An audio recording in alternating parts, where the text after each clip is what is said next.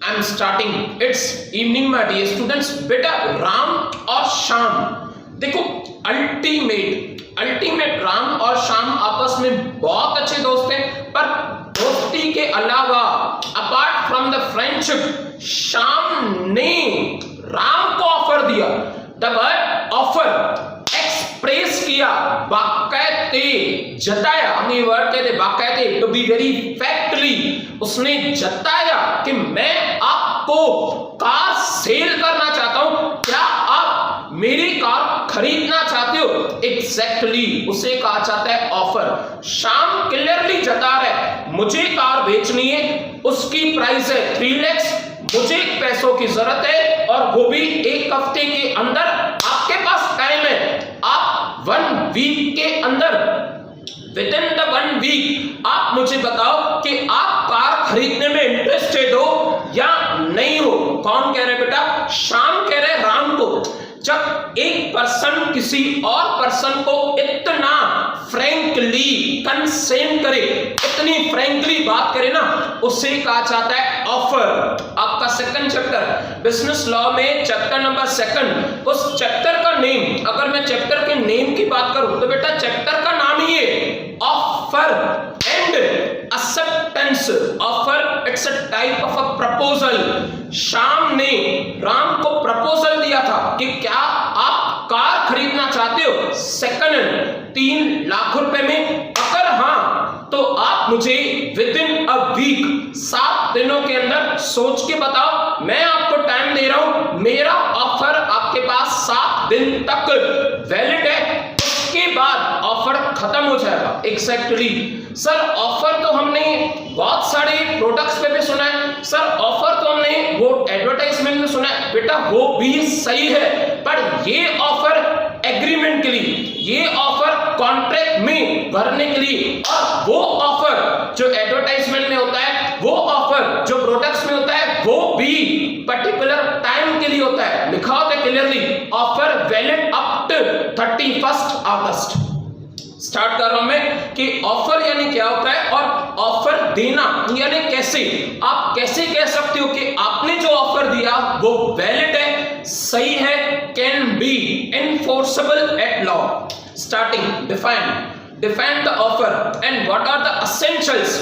क्या इंपॉर्टेंट बातें हैं? द वर्ड एसेंशियल, क्या इंपॉर्टेंट बातें हैं एक सही वैलिड ऑफर की? या क्वेश्चन आ सकता है कि हमें बताओ what do you mean by the offer.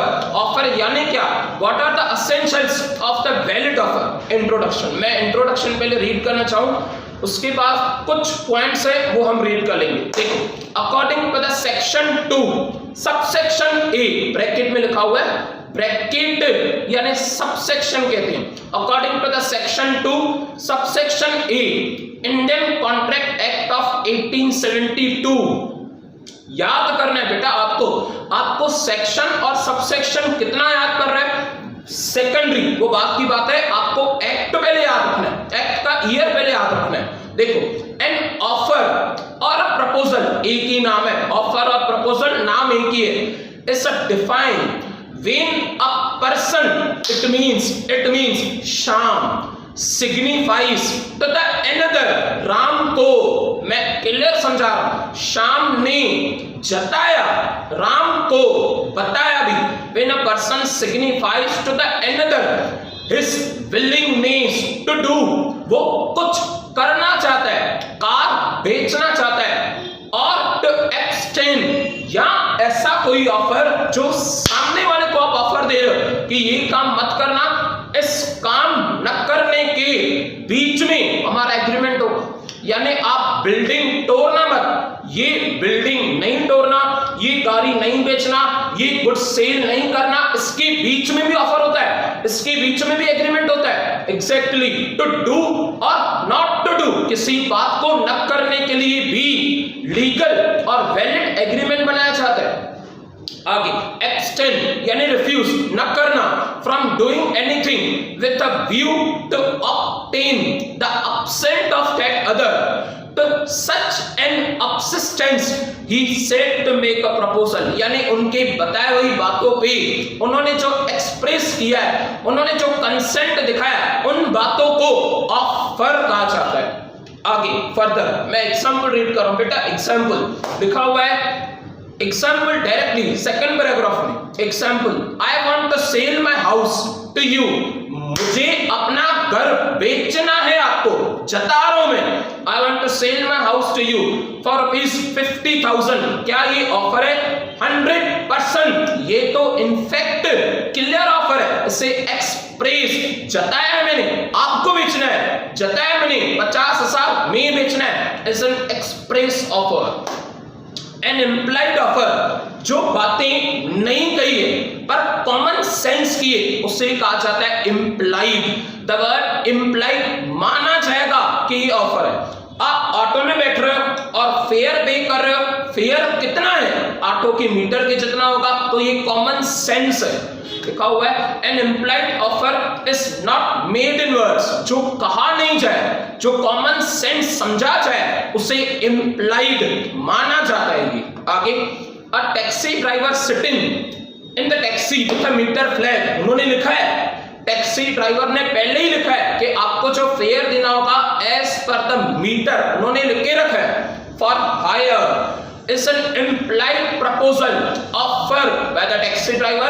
He intends to carry the passenger in his taxi.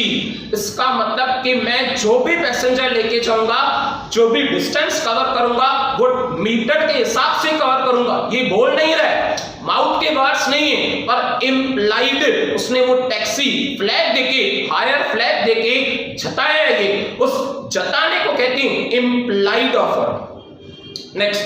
Next की मैं बात करूं तो बेटा एसेंशियल्स, कुछ बातें बहुत जरूरत की होती हैं। देखो क्या होता है, मैं आपको पहले क्लियर बता दूं। सबसे पहले बेटा, सबसे पहले एग्रीमेंट भी कैसे बनेगा?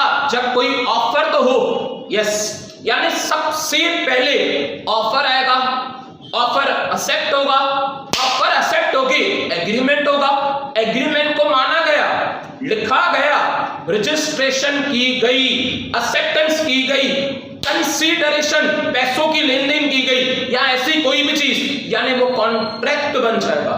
ऑफर, एग्रीमेंट और उसके बाद कॉन्ट्रैक्ट। तो कॉन्ट्रैक्ट तक पहुंचे कैसे? कॉन्ट्रैक्ट तक कैसे पहुंचे?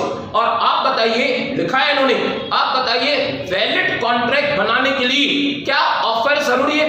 अगर ऑफर जरूरी है तो ऑफर कैसे होना चाहिए? देखो, first essentials of the valid contract. Best question है बेटा, सच बताऊं तो लैंग्वेज इजी है। क्वाइट पॉसिबल आपको फर्स्ट चैप्टर में थोड़ी लैंग्वेज अलग मिली हो, तो बेटा पॉइंट टू बी नोटेड, आप जो सब्जेक्ट कर रहे हो ना, वो लॉ सब्जेक्ट है। आपका सब्जेक्ट कोई ओसी नहीं, आपका ये सब्जेक्ट कोई एसपी नहीं, आपका ये सब्जेक्ट कोई इकोनॉमिक्स डिमांड एंड सप्लाई नहीं है। आपकी एक्सपेक्टेशंस भी यही होनी चाहिए कि लॉ सब्जेक्ट है, यानी उसकी लैंग्वेज भी लॉ की होगी।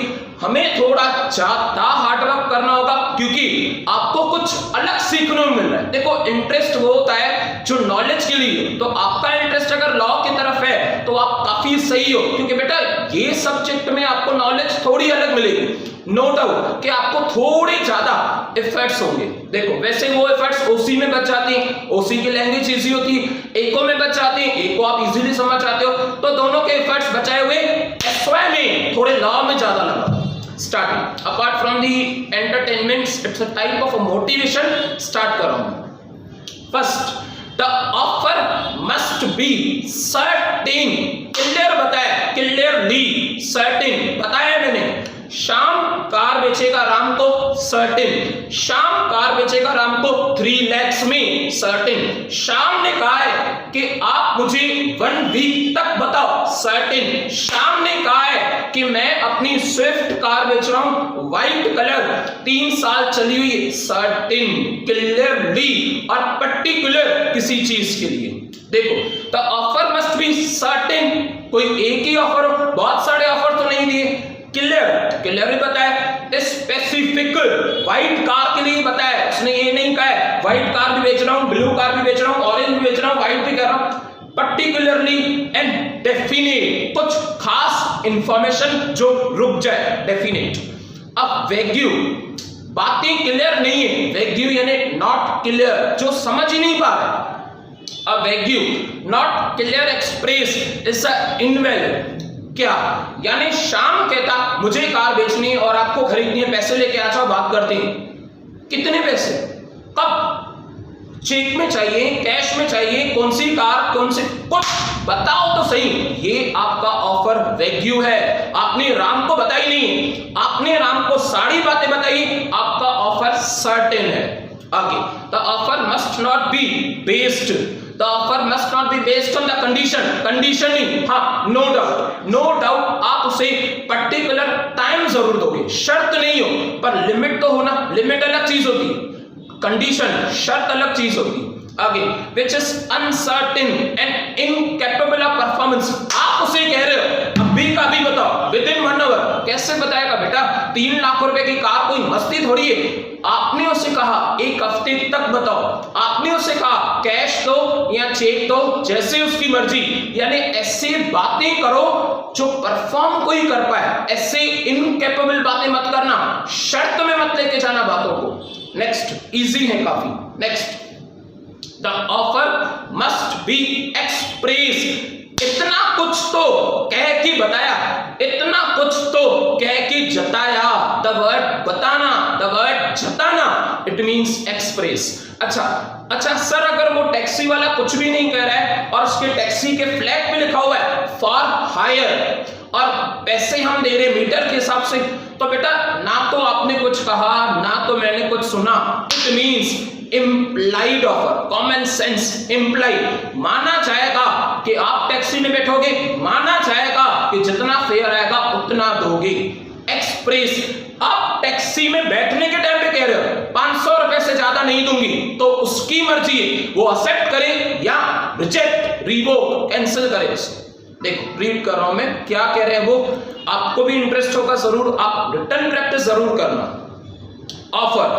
ऑफर मेड इन वर्ड्स, बताया गया है, जताया गया है, स्पोकन या नहीं रिटन लिख के दिया आपने, is known as express offer. Offer made by the conduct, जो हो रहा है ऐसे होने दो, द वर्ड कंडक्ट, किया जा रहा है, कोई रोक टोक नहीं है। Offer made by the conduct is a implied offer, उससे माना गया है कि आप जरूर मीटर के हिसाब से ही पैसे दोगे।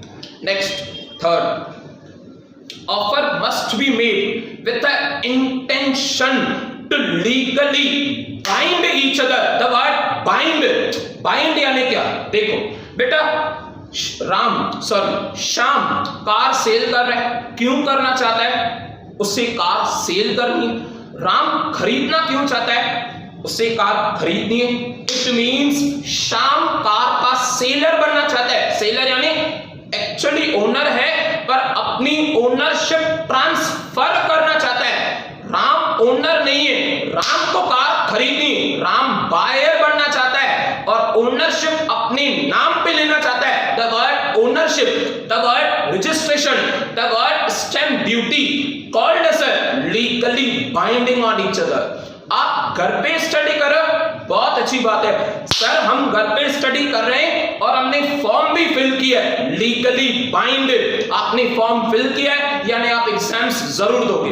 अगर फॉर्म फिल नहीं किया होता, कॉलेज में एडमिशन नहीं ली होती, तो आप ऑनलाइन स्टडी करते पर एग्जाम्स कहां पे देते। आपने एडमिशन ली है, कॉलेज में फीस पे की है, एडमिशन कंफर्म है, यानी आप ऑनलाइन स्टडी जरूर करो, कुछ टाइम के बाद एग्जाम्स होंगे, उसे कहते हैं लीगली बाइंड ईच अदर। कोई एक सेलर बन रहा है तो कोई एक बायर बन रहा है, यानी वो लॉ के कॉन्ट्रैक्ट में आ रहे हैं।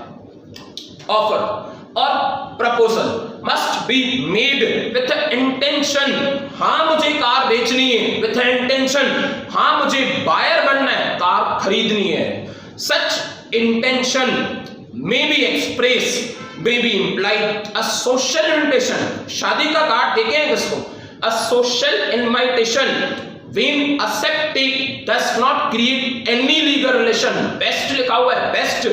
आप शादी का कार्ड देने जा रहे हैं और कह रहे हैं मेरे ब्रदर की शादी है, प्लीज आप जल्दी आना और जरूर आना, जल्दी भी कह रहे हो और जरूर भी कह रहे हो। नहीं आया तो केस करोगे उसके ऊपर? नहीं सर केस नहीं करेंगे। बेटा केस नहीं करोगे यानी आपके बीच में और उसके बीच में सिर्फ समाज का रिलेशन है। अगर आप केस कर पाओ, अगर आपके साथ फ्रॉड हो जाए, अगर आपके साथ चीटिंग हो जाए, या आपको कोई रिश्ता, आपका कोई फर्ज निभाना, तो उसे कहते हैं लीगल रिलेशंस। शादी का कार्ड देना ये सोशल रिलेशंस है, समाज की बात है। आए तो बहुत अच्छा, नहीं है तो उसकी मर्जी। नेक्स्ट देखो, नेक्स्ट पॉइंट पे आ रहा हूं मैं।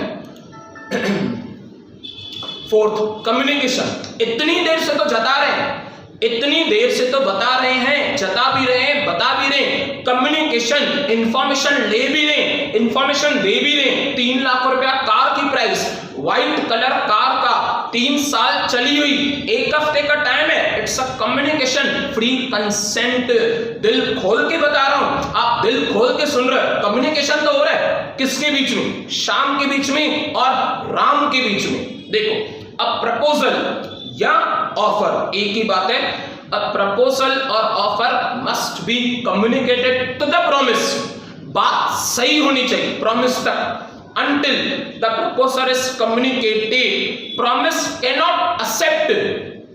It means कि सिर्फ प्रॉमिस एक्सेप्ट नहीं होगा, उसे एक्सेप्ट करने के लिए आप लायक बनो, जिसे कहते हैं वैलिड ऑफर। खाली प्रॉमिस नहीं, प्रॉमिस कंप्लीट कर सको, आपका प्रपोजल ऐसा होना चाहिए। नेक्स्ट की बात करें, देखो, the proposal must be made to a definite person. Definite यानी पर्टिकुलर। श्याम ने पूरी राम की फैमिली को नहीं कहा कार खरीदो, राम के पापा को भी बताया आपको चाहिए आप खरीदो, राम की मम्मी को भी कहा आपको चाहिए आप खरीदो, राम के बेटे को भी कहा आपको चाहिए आप खरीदो। ऐसे नहीं किया।